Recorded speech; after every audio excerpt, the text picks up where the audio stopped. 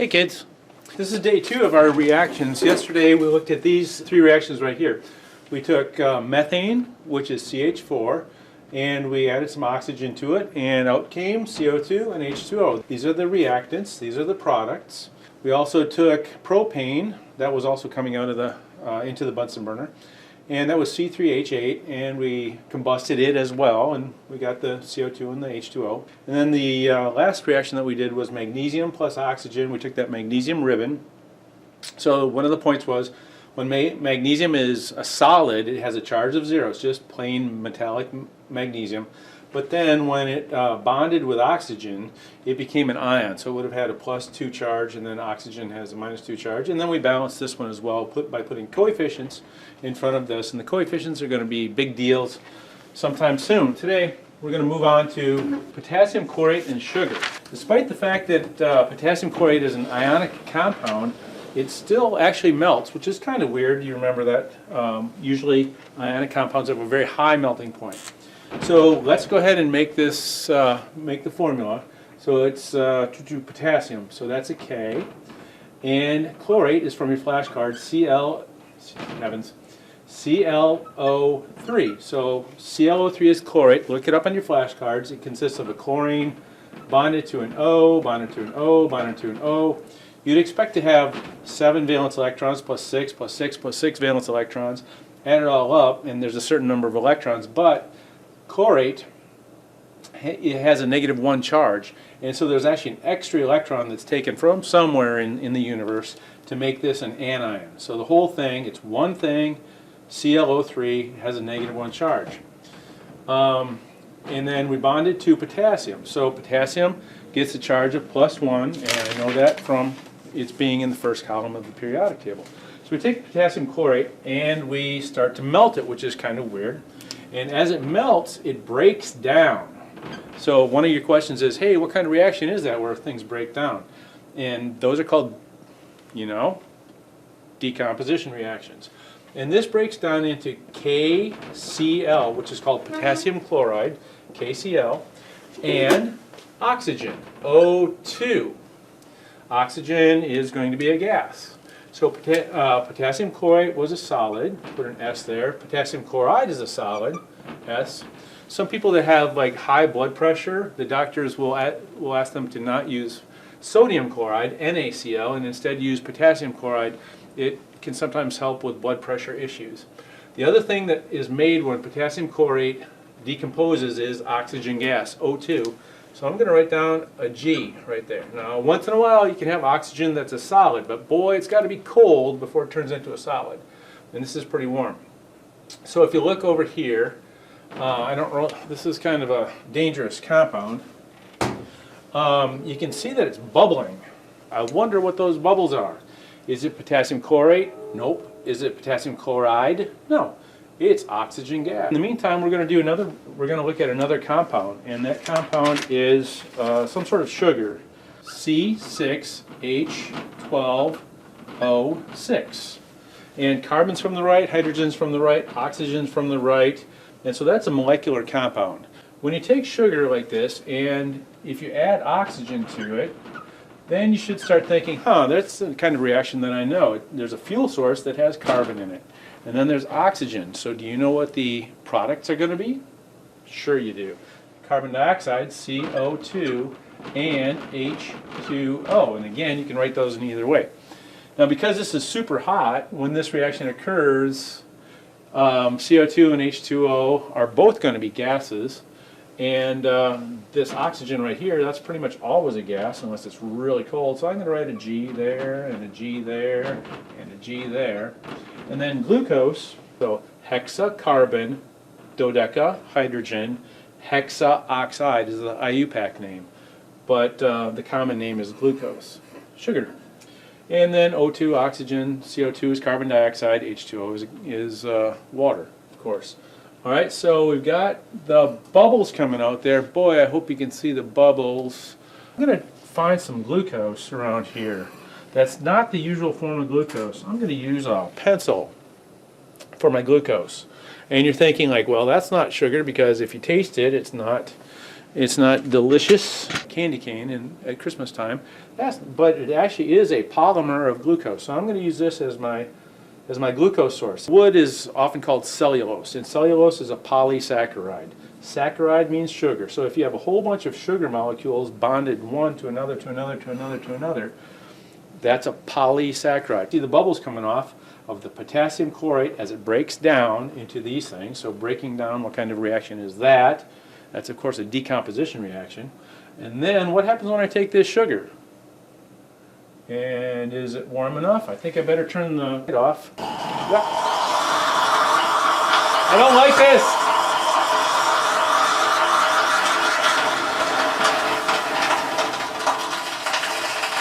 Holy mama. That is one crazy exothermic reaction. And I haven't died yet. The glass is glowing red hot. And my poor pencil, gone. Yep, a little bit of pencil left there, still burning. Yeah. Wow, that's a crazy reaction, huh? This first reaction, decomposed potassium chlorate, gave off a whole lot of oxygen. So inside of there you saw the oxygen bubbles, and then it was hot enough that the sugar, which was in the pencil, the sugar started to combust. It was over its flash point, which if you're in Andy Cole or Kathy Haig's class, there's a book called Fahrenheit 451 by Kurt Vonnegut, I think. Fahrenheit 451, that's the temperature at which paper burns. So that book is all about, I think it's about Nazi Germany and when they were burning books. All right, we have a job to do. Let's balance these reactions. So I'm going to write a number here and or here and or here, and you should be saying like, dude, those are going to be coefficients. So let's draw the coefficients. Can you see this okay? All right, 1K, 1K, excellent. In the chemical reaction, matter is not created or destroyed. So we're following that rule. 1Cl, 1Cl, everything's great. 3 O's, 2, oh no. I got sets of 3 O's on the left and sets of 2 on the right. How many sets of 3 balance how many sets of 2? 2 sets of 3 balance 3 sets of 2. So I need to put a 2 here, 2 sets of 3 oxygens will balance out with 3 sets of 2 oxygens. Well, I just wrecked the K's and the Cl's. So I have 2 K's on the left, 2 K's on the right, if I put a 2 there. 2 Cl's on the left, 2 Cl's on the right. I think it's balanced. So we have a 1 to 6 to 6 to 6 mole ratio. This is a famous reaction, and you don't have to memorize it. I won't make you do that for a test, but you're going to see this reaction a lot more times in your career. When you take biology, when you take chemistry, it's actually sometimes people call it the devil reaction, because it's a 6, 6, 6, and that's how people remember it. There's a 1 in front of this of the sugar though. The next one we're going to do is reaction 4, which is sodium hydroxide and nickel 2 chloride. Sodium is Na. OH. It's an oxygen and a hydrogen stuck together with a -1 charge. Na gets a +1 charge because it's in the first column. +1, -1, we're good. And I think it's nickel 2, right? Yeah, nickel 2 chloride. So nickel 2. Nickel's in the middle of the periodic table. That means I don't know what the charge is. But thank goodness somebody told me it's nickel 2. That means it has a +2 charge. So it has a +2. I'm going to write a +2 just for a minute. And then it's chloride, right? Yeah, Cl. Look at my periodic table. That's a -1. +2, -1. Crisscross applesauce. However I want to do it. Write a 1 here. Write a 2 here. We're done. So that's what nickel 2 chloride is. Hey, this looks like an interesting reaction. We have a cation, anion. Wonder what kind of reaction this is going to be. All right. If this reaction occurs, which it may or may not do, we're going to have these cations and anions bonding together. So do I have, I think that's visible.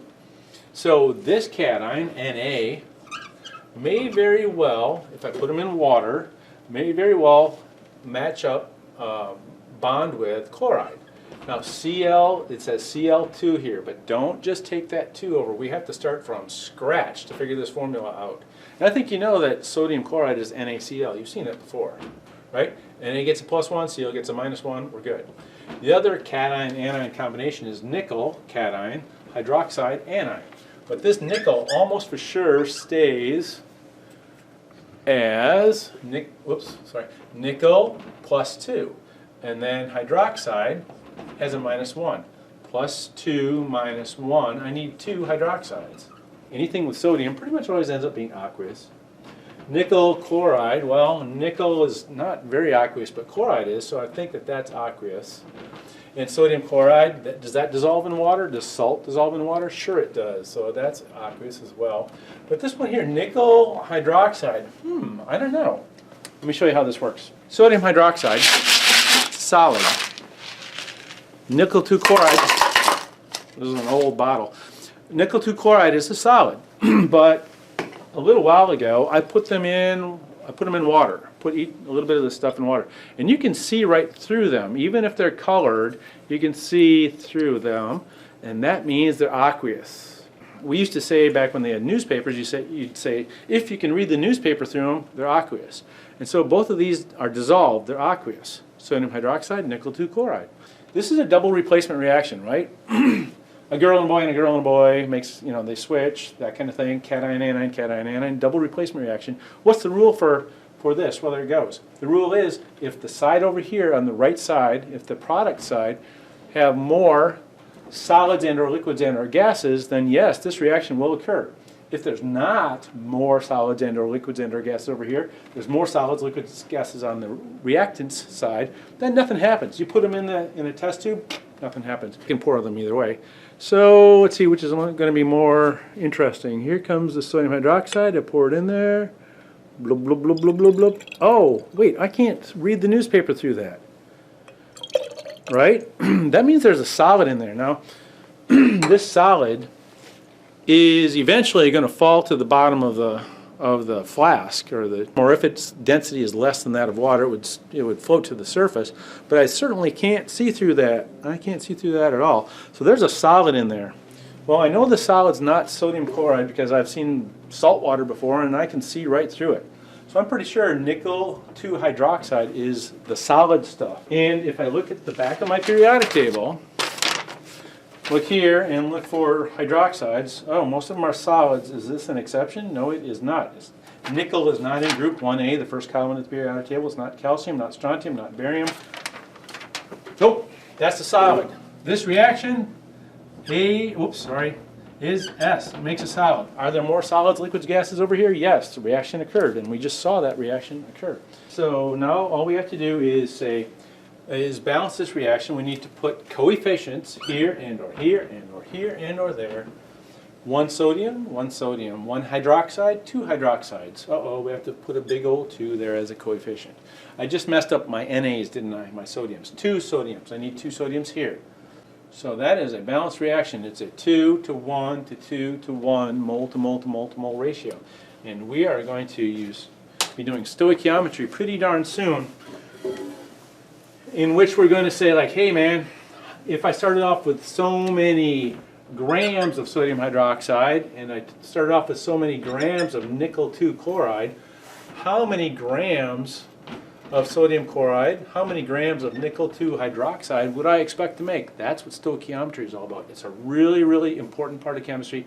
It's the final topic of the year for us, and if you walk out of this class knowing stoichiometry, you will have done your job, and you guys have been fabulous all year. I miss you guys a lot. All right. Peace out.